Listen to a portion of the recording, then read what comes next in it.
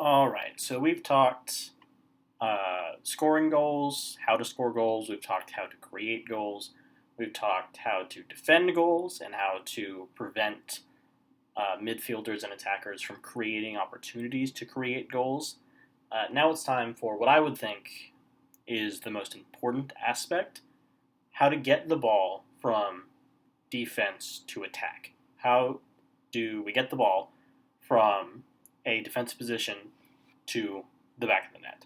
So, this is what is called ball progression. And there are in my mind, three major types of ball progression. They both have pros and cons, and we're going to go over those. And there may not be like an ideal form. Different people, different managers, players prefer different things. So I'm just going to kind of give an overview on each type. So, types of ball progression. One, long balls. Long balls I define as 30 plus yard passes from the defensive line to attackers, bypassing the midfield. All right? And the reason why I specifically said defensive line is because that could also be the goalkeeper. That could be a midfielder that has dropped in between the center backs. Maybe their passing range is a little bit better. Maybe that's just how their their position was set up, right? So it's not necessarily just a center back or a fullback or anything of that nature. It could be the goalkeeper. It could be a midfielder. But the idea is you're going as quickly as possible from the defender to the attacker, bypassing the midfielder entirely. The 30-yard plus mark is kind of arbitrary, but in my mind, that kind of creates the picture in the mind of what you should be looking at for a long ball.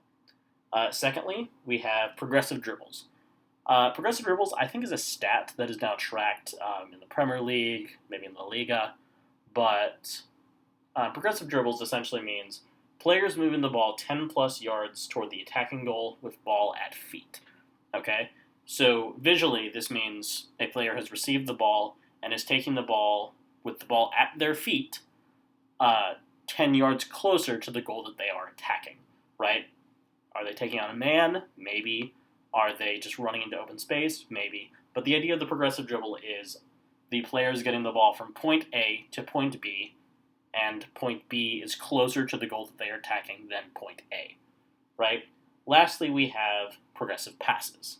And progressive passes, really straightforward, short passes toward the attacking goal, right?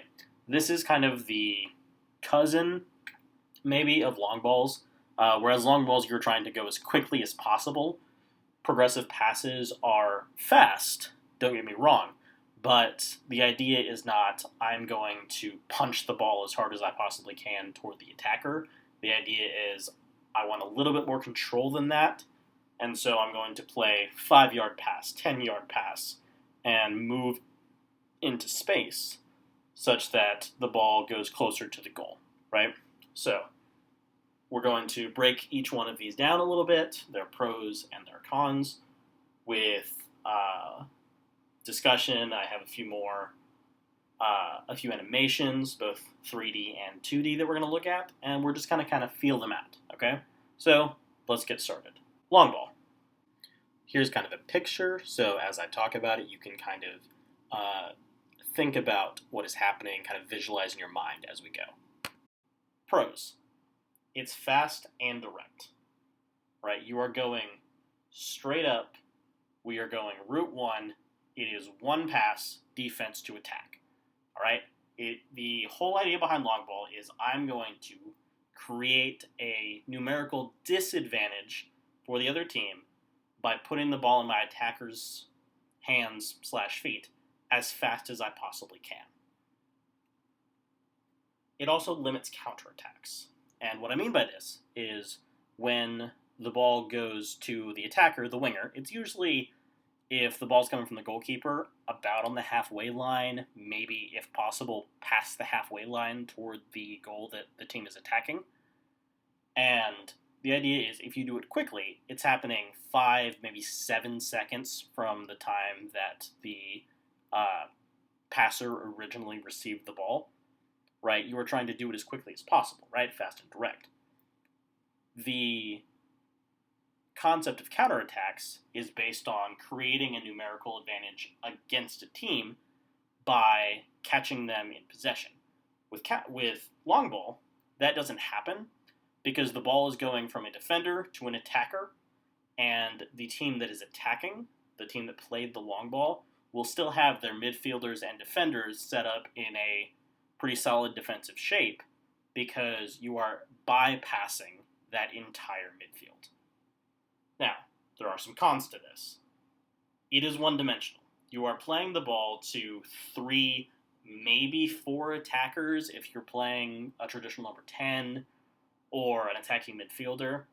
So, in theory, this puts a little bit of a constraint on how creative players can be in possession, because when the ball goes from a center back or the goalkeeper to a winger, that winger is probably pretty close to the sideline, and because the ball has gone so fast from defense to attack, it has bypassed the midfield, yes, so the midfield is still in defensive shape, but the midfielder probably can't show for a pass quite as easily. So, that is something that is a little bit concerning about long ball. It also creates islands. And what I mean by this is that, like I just said, the midfielders can't come and support the wingers quite as much, and we'll look at this in the animation in just a moment. And so what happens is that wingers get caught on their own, 1v1 with defenders. Maybe the striker comes over to help, but maybe the striker was looking to receive the long ball himself, so he was not quite ready. And so the winger is in a one-on-one. Now, you want your wingers in one-on-ones if possible, but you would like to create a numerical advantage, and by putting your wingers on islands, by punching the ball out to them as quickly as possible, it's not always creating a chance, right? A player on a dribble has an advantage over a defender, but it is not a 100 to 0 sort of advantage. It's maybe 60-40, or if the defender is very good, 50-50, which are fine odds, and especially if you're trying to remain defensively sound, a good thing. But it does limit the creativity of possession. So, let's take a look at some animations. Alright, so let's start by looking at the three-dimensional animation of a long ball. So the blue team is on the attack here, and we'll watch it through real quick. Keeper collects the ball, takes it, pings it out to the left winger for red team. Team kind of shifts around, and that's the end of it. So let's back it up to the beginning, and we're just going to kind of go frame by frame, right? So shot comes in, keeper collects. At this point, you can see the team is very defensive, right? The forwards are around the halfway line for red team, but everyone else is kind of within their own defensive third-ish, right? So we'll advance. Keeper comes out with the ball. The animation dropped the ball. In theory, the keeper has the ball in his hands here, and he'll punt the ball out. But either way, the idea is the same. So keeper takes the ball and pops it out to the left winger. Left winger doesn't get to him in the animation, but you can kind of picture what is happening. Winger collects it, takes it on the dribble. You see, I'm going to freeze it right here. You see the island that's created. He has 3 players around him, 3 blue players even, and then none of the red players are close enough to be able to really affect the play in this moment. So he has to hold up the ball. The striker comes in and allows for a passing lane, but it's not a 2-on-1, 3-on-1 situation necessarily. It is more the winger holding the ball up, collecting the ball, and it's a really good touch, in theory, from the winger. So let's knock it down to 2 dimensions, and I'll do some circling, and we'll kind of explore this in a little more detail real quick. So in 2 dimensions, ball comes in, and then popped out to the winger. We're going to freeze it right there real quick.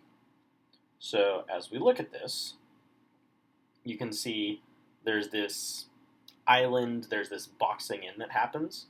So you have a box created kind of by these players. You have number 7 here, who is an option, theoretically, but not as much. The blue number 8 could cut that off pretty easily. And then Number 9, the support midfielder for the left winger, is entirely cut off by 8 and 7 for the blue team. So he is kind of, 63 that is kind of completely cut off. He has all of this space by himself. So 27 has to hustle over and give him an option. But here's what happens as we advance one frame. Number 2 had to make a choice. He had to come in, and all of a sudden there opens up some space right here for 27 to walk into. This is entirely caused by 63 holding up the ball, maybe taking on number 2. But if you notice, we went from right here at 34 all the way up the field in 3-5 seconds, right? And it made it all the way up the field. And now I will really quick clear all of the ink.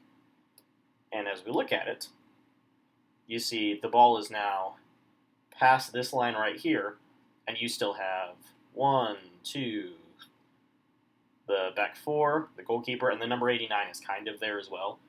So you have almost the entire back half of the team and the midfield guarding against a counterattack. So even if 63 loses the ball here, 2 can try and push up. 7 is on 8. The defenders can step up. Number 9 is guarding this space right here.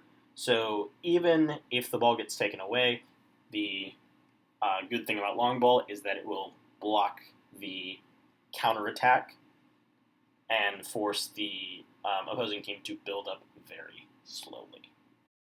Alright, so now that we've looked at some animations, let's go from long ball to progressive dribbles. So progressive dribbles, like I said, 10 plus yard drives up the field with the ball at feet. Some pros. It moves the ball upfield under a player's control. In theory, I would hope that if a player is dribbling with the ball, they have control of the ball. Otherwise, that kind of defeats the purpose of the dribble. But the ball is always under control. The difference between progressive dribbles and long ball is that when that ball's in the air, the pass may have been excellent, but there's still an element of randomness to that. With the progressive dribble, that ball is always under control, which is good. It also forces defenders into decisions. We have talked previously about how forcing defenders into conflict is a good thing. That continues in this sort of method of progressing the ball, because you are forcing a defender, say a midfielder decides to drive the ball 10 yards upfield, you're forcing the opposite midfielder to make a choice. Do I come pressure the ball, or do I decide, well, I'm going to back off and see if I can get a teammate to come help me out? Maybe I cut off a passing angle, right? So you're forcing defenders into decisions, which is a good thing. Now, there are some cons to this. If a player that is dribbling up the field loses the ball, particularly if it's trying to drive the ball from the defensive third to the middle third, it can lead to dangerous counters. Say the player takes a bad touch, or maybe slips, or maybe one of the opposition gets a good tackle in, ball pops out. That ball is now in a dangerous position because the player on the dribble won't have a ton of defensive cover. That is the nature of trying to play the ball on the dribble, right? On a pass, you're moving, you're covering space. With the dribble, not quite the same. And also, if the ball is removed from someone's possession on the dribble, he is out of the play until he can recover. And chances are, as fast as counterattacks happen, he won't be able to. So it does result in a dangerous counter. It also leads to overplaying. And overplaying is something that can be overcome with intelligent decision-making, but I've played soccer for long enough. When you start dribbling the ball, there is this feeling of, I gotta keep dribbling. I can keep dribbling. I can take on anyone, right? If you overplay that, if you drive too far, if you work yourself into a corner with 2 players defending you, it is possible to overplay that and to put the team in a bad situation by either dribbling into a corner or just dribbling straight into a defender, or say you drive it 10 yards and there's a pass on, but you instead choose to drive 20 yards. Those extra 10 yards could have given the defense time to set up, to come in, to make a tackle, and when you lose the ball, it leads to a counter. But progressive dribbles are probably one of the most efficient ways to move the ball up the field because it happens fast and under control. So let's look at some animations and see what that looks like. Alright, so now that we've kind of gone through the bullet point style, we're going to take a look at the animation. So we have the three-dimensional animation. You'll notice the ball is starting with the right center back for the red and black team. He's going to pass it up to the right midfielder, who's going to pass it to the right back, who's going to pass it to the right winger.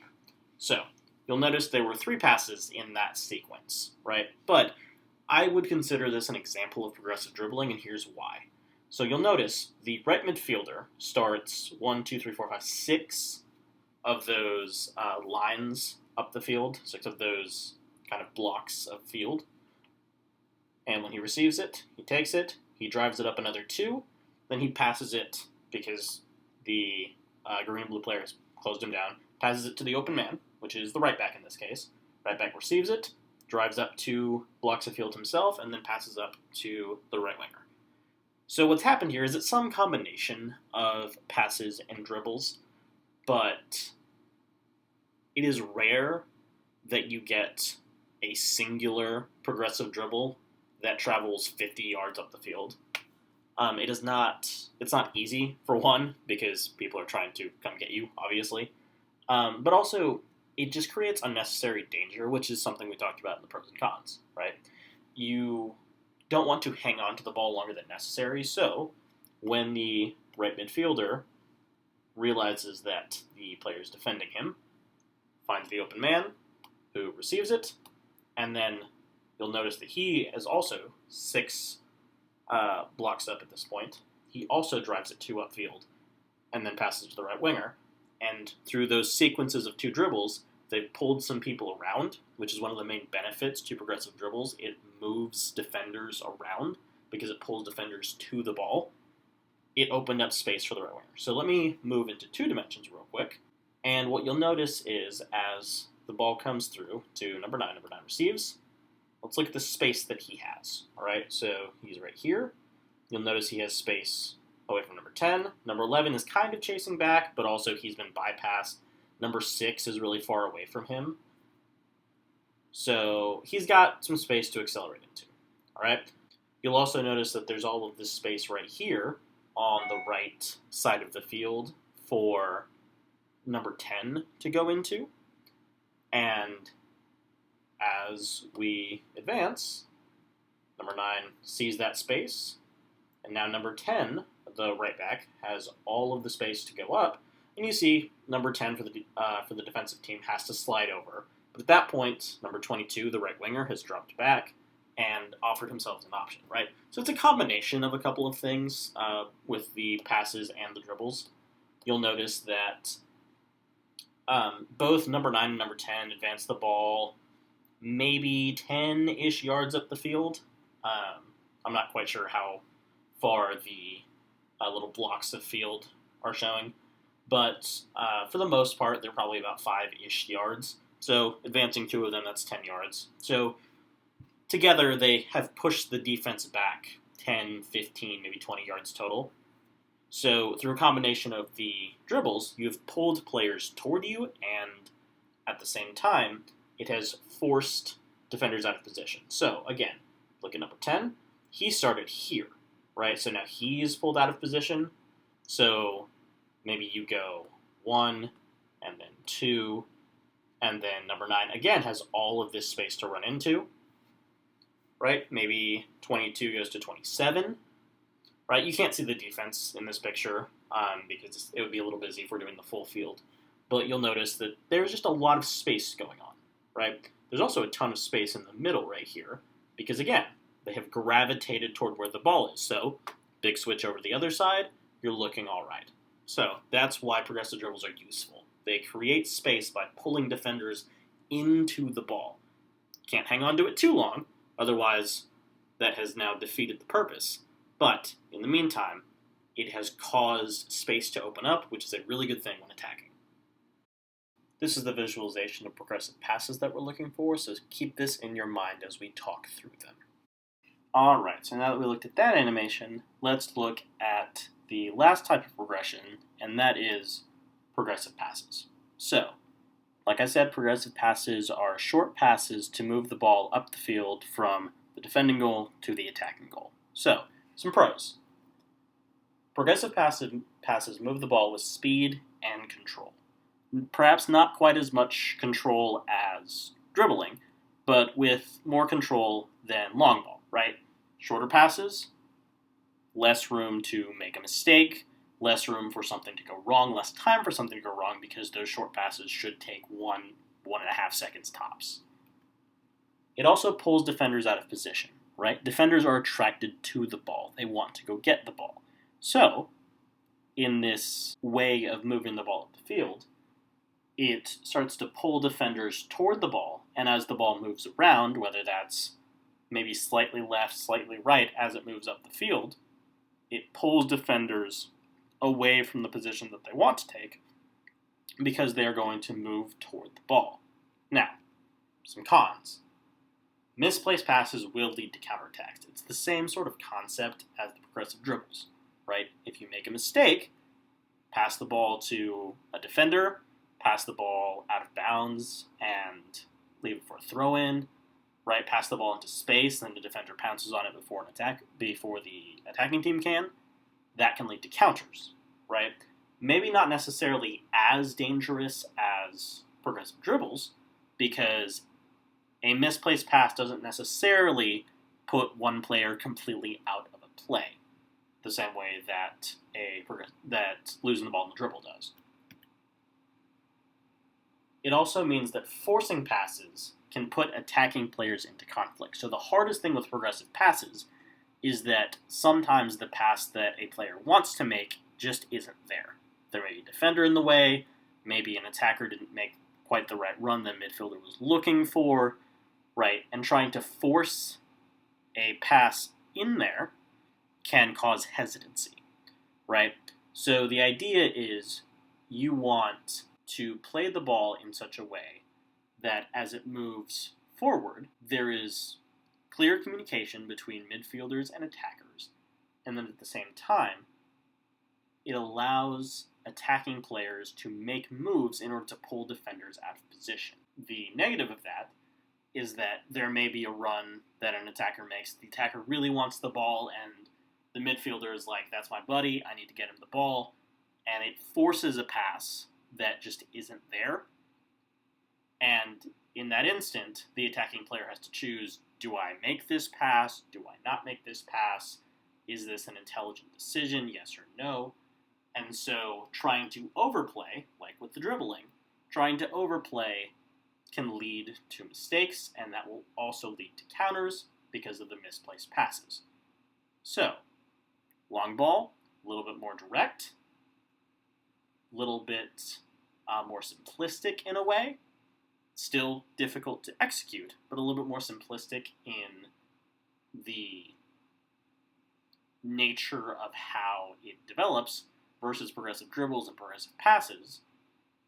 There is a greater complexity in the movement and in the decision making, but it creates more options for the attacking team. So, let's look at this animation, talk about what progressive passes can do, and we'll look at the 3D, we'll look at the 2D, and see what we can come up with.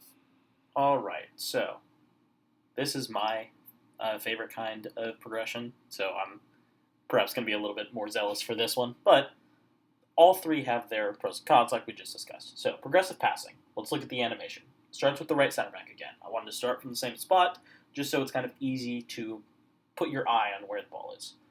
Ball goes up, through all three midfielders, to the left back, to the left winger, and we'll stop there. So, go back to the beginning. We'll go one by one, and then we'll actually take a little closer look at the two-dimensional, because I think that is a little bit more telling.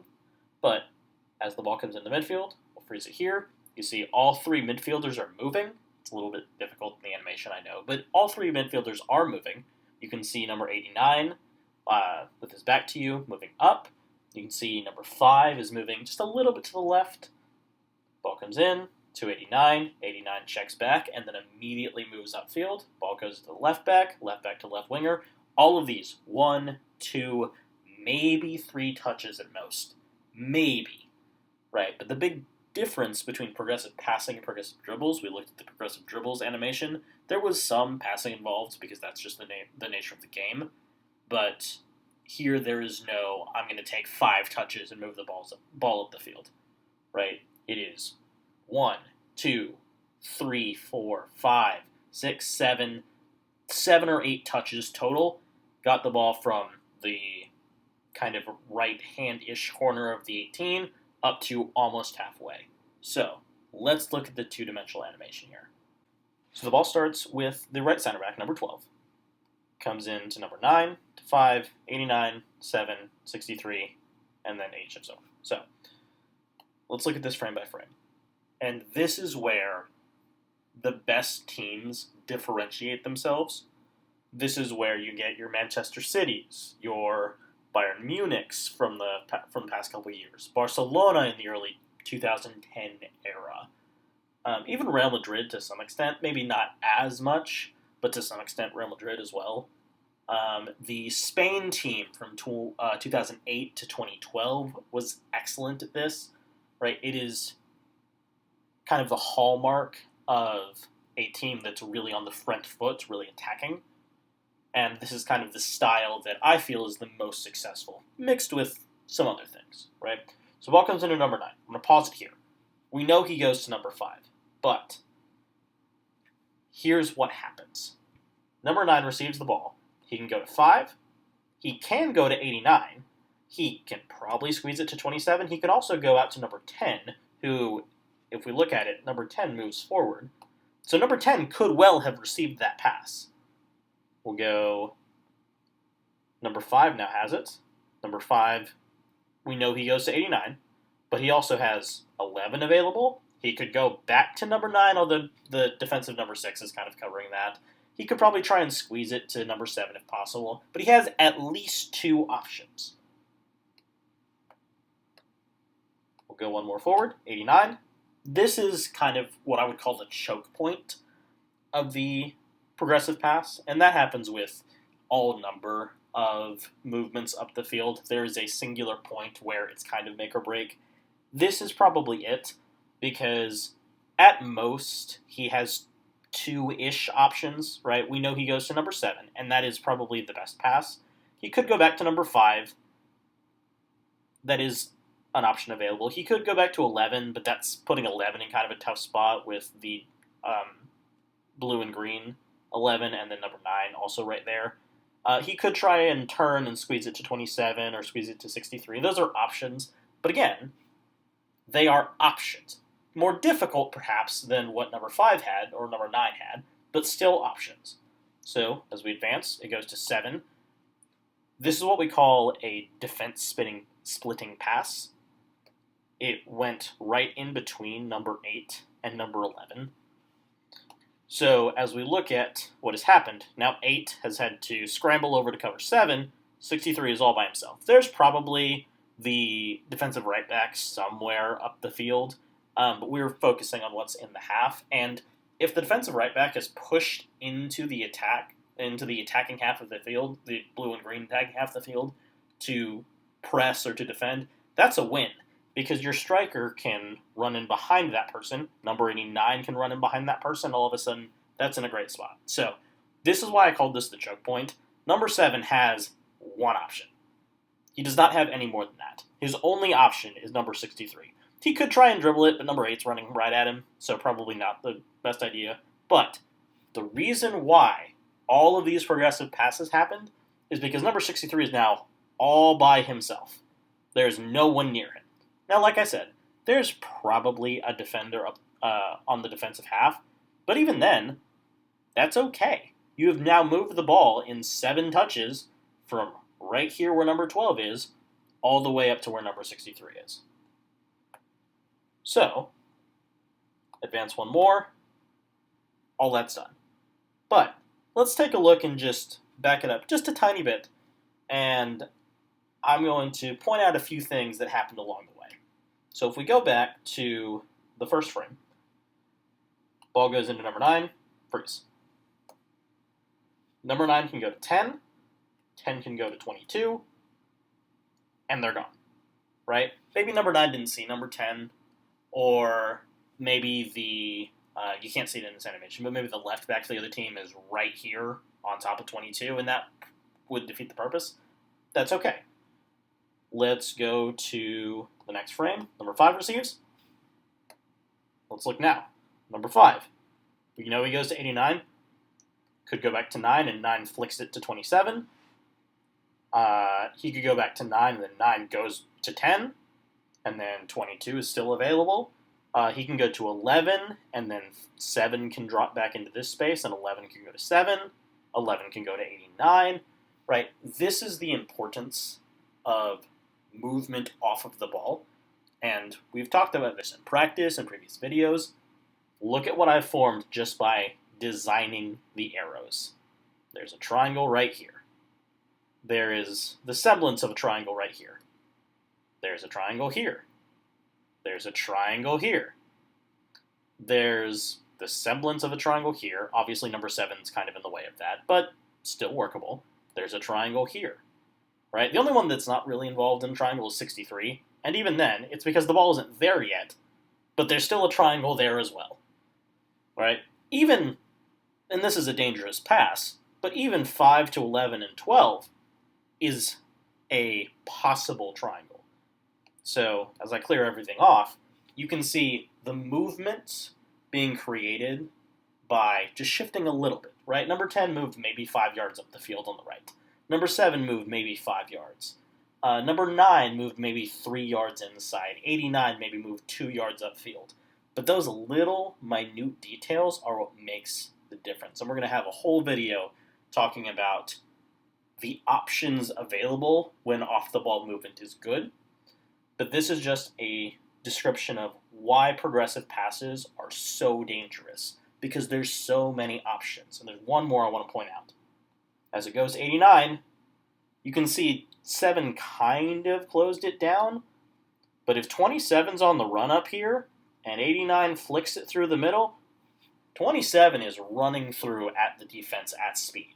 And 63 can run with him, 22 can run with him, so if they wanted to really hit quickly, that is entirely possible. The big difference between progressive passes and progressive dribbles is that it allows so much more freedom in the options available, assuming that the movement is done well. And like I said, we're going to talk about that in an oncoming video. But for the moment, these are the kinds of progressive movements that you're going to get. You have long ball, you have progressive dribbles, you have progressive passes. Like I said, we'll have another video coming up. We'll talk about mixing the 3 together. As far as describing them, here you go. There is pros and cons to each one of them by nature. That's simply how the game works. And there are specific situations to apply each one. But after watching this video, you're going to have a greater knowledge of all 3 of them.